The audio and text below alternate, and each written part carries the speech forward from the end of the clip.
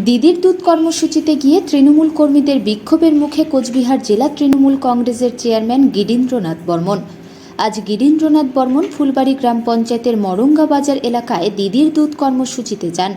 সেখানে তিনি পৌঁছানোর পর তৃণমূল কর্মীরা তাকে ঘিরে বিক্ষোভ প্রদর্শন করে এবং অঞ্চল সভাপতি বিনয় বর্মনের অপসারণের দাবি করে।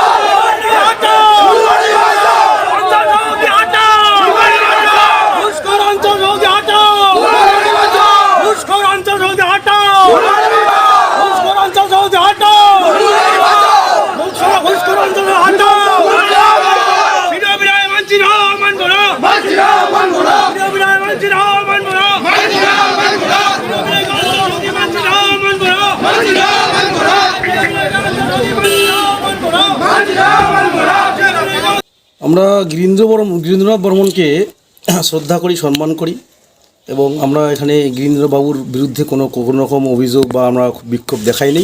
আমাদের বিক্ষোভটা হচ্ছে অঞ্চল সভাপতিকে নিয়ে, অঞ্চল সভাপতি বিনয়, একে নিয়ে আমাদের বিক্ষোভ, নানান বিক্ষোভ আছে। আমরা জেলার সভাপতি, জেলার চেয়ারম্যান এদেরকে জানানোর পরেও বিনয় মানে একতরফা একা রাজনীতি করে যাচ্ছে, একা দল করছে, একনায়কতন্ত্র চালাচ্ছে, হিটলারি প্রথায় চলছে। এই জন্য আমাদের কর্মীদের মধ্যে যারা নেতা আছে, অঞ্চল নেতৃত্ব, বুথ কর্মী, তাদের মোটামুটি একটা বিক্ষোভ জমে আছে। সেই জমানো বিক্ষোভটা আজকে মোটামুটি মাননীয় চেয়ারম্যানের সামনে আমরা শুধুমাত্র জানান দিলাম। তো পরবর্তীতে আমরা কিন্তু আরও বড় আন্দোলনে নামব।